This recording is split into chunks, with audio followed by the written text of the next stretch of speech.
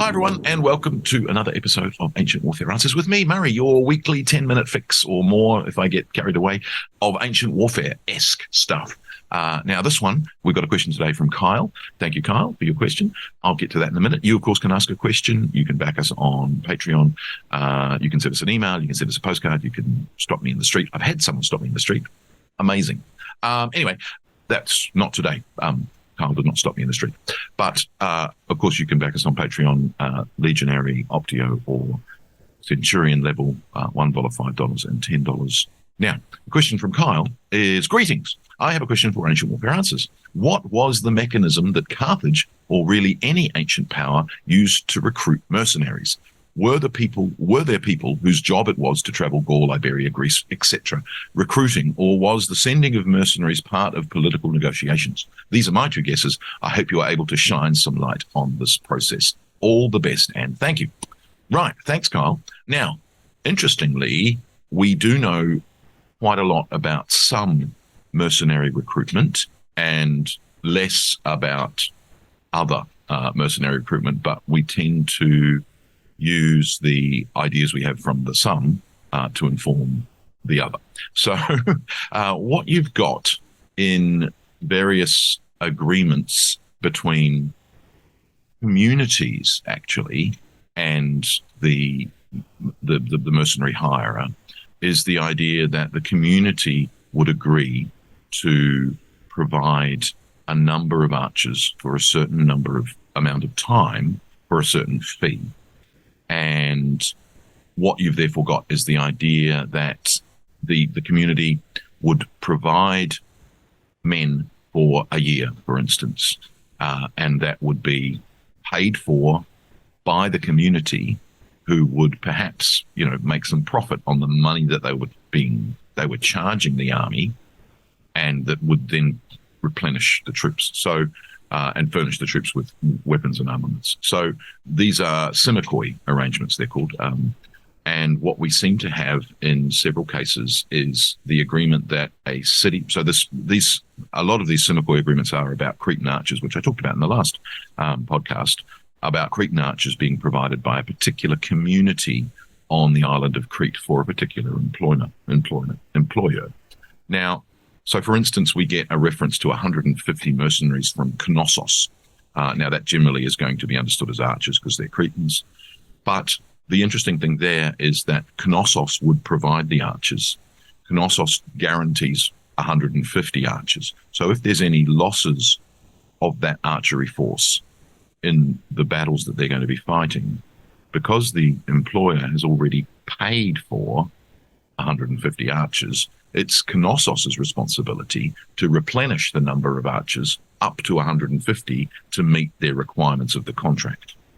So we don't know if there's, part payment on the start and then the rest when the contract is concluded. We're not sure on those sorts of things. We've got that sort of idea. Now, the other thing, of course, is that there are recruitment agents, and we have several ancient sources that refer to an agent being sent to particular areas and being used to make these arrangements with particular cities. Now, there's a fascinating sort of aspect to that, which is, of course, that these agents may be like recruiters. We've also got the idea that the southernmost fingers of the Peloponnese become sort of recruitment grounds where people just hang out to be recruited. Of course, at the beginning of the Anabasis of Xenophon, you've got this idea that various mercenary forces have been gathered. And one of the ideas, of course, is that Xenophon himself goes to Delphi to see whether he should become a mercenary or not, and gets in trouble with Socrates because the way he frames his question makes it a fait accompli that he will be going. The issue there is that there seems to be knowledge of mercenary activities, and that there's, sort of common knowledge in a city or in a general area that there would be mercenaries being required for X. And so, going and joining up. And of course, with a lot of the militias of Greek cities, for instance, and other communities later, especially warrior cultures where every adult male will be a warrior. So the idea of recruiting them as mercenaries isn't like, but are you getting any good ones? You're going to get people who've all been trained in that kind of warfare. But there's an interesting clause that comes into some of these contracts later, which we'll get to. So extrapolating those bits of evidence out, and they're generally from the Hellenistic period. We've got some between 300 and 298 BC, some from 224 BC and things like that. It covers the same period as the Carthaginian wars, the Punic Wars. And we presume that those kinds of recruitment methods, which we have got evidence for in Sicily, we can extrapolate those into Carthage. That Carthage is hiring its recruits its mercenary recruits in a similar manner. Of course, you've also got the idea that several of these places have been conquered, especially the Iberian Spanish mercenaries and even some of the Gauls, but there's much less Gallic conquering by the Carthaginians. Chances are they're hiring entire tribes worths of warriors for some kind of fee or in return for some kind of political freedom. Similarly with the Numidian horsemen, that first the Carthaginians and then when they switched sides to the Romans in the end of the Punic Wars, similarly that idea that you've got an entire tribe's worth of soldiers willing to fight for a particular side based on some kind of payment or some kind of autonomy. Again, later we get that all the way down, the hiring of mercenaries or foederati and sort of the auxiliary troops. In some cases, it's very hard to know how they're different to being enrolled as an auxiliary in the Roman army, because some of them seem to be mercenary forces. All the way down to Belisarius, we've got the Huns being suspected of being paid by the Vandals in North Africa, for instance. So they've been hired as foederati or as bucellari troops, and they're paid. And so there's this sort of idea of mercenary recruitment, possibly by a tribal chieftain in some cases, but there are indeed these agents who go around. Now, I was talking about how they are citizens of particular places. With these Cretan Simicoy agreements that we've got, in some cases, there's specifics which say you must give us free men. You must give us Cretan citizens. You can't just pack the numbers with people that you've found who aren't actually Cretans, which seems to be a concern, probably because this was happening, but also the idea that if you're Cretan, you've been trained as an archer from birth. And again, we have passages in Plato's Laws which talk about the fact that Cretans are often being trained from boyhood about being archers and running fast. And we've got some other evidence about Cretan runners used as messengers in Spartan armies and Alexander's armies. So all of that sort of tends to think that there's these very profitable agreements that the cities are gathering, but that they're padding the numbers. So, for instance, there's a treaty that says 100 free men should be sent, but at least half should be from Oluntia. Meaning in the past, perhaps they've been sending just random free citizens. So they're free. They're not slaves or being packed out with others, but they are not citizens of the city that's being hired, the city of Olus, Oluntia. The city is called Olus.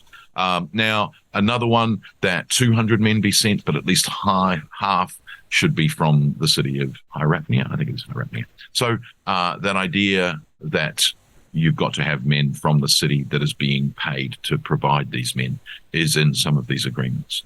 And the other thing you'll note about these numbers, they're not particularly high, 200, 100, 150. They're not large numbers of troops. Having said that, we do have evidence of commanders being able to hire 10,000 mercenaries for a decade. So if you think about that and extrapolate it out, if you've got these little agreements of a particular city and community providing 200 mercenaries for a length of time, generally not that long, normally 1 or 2 years, we think.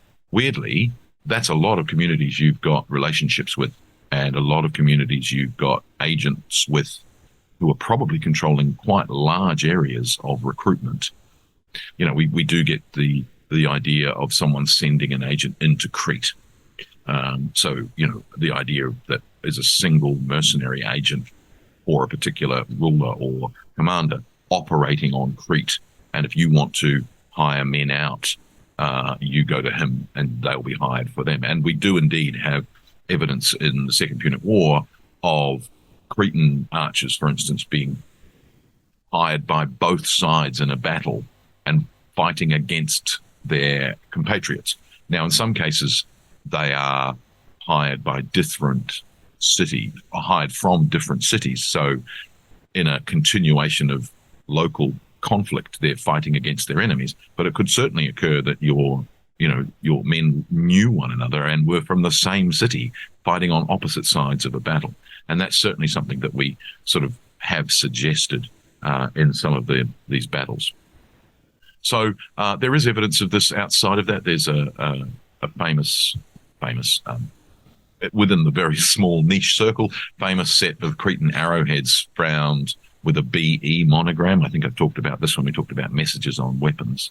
And people have asked that this could be a group of mercenaries hired by Berenike of Egypt because it's got the monogram of BE. And no Cretan city begins with BE. But I think it could actually be the name of a recruitment agent.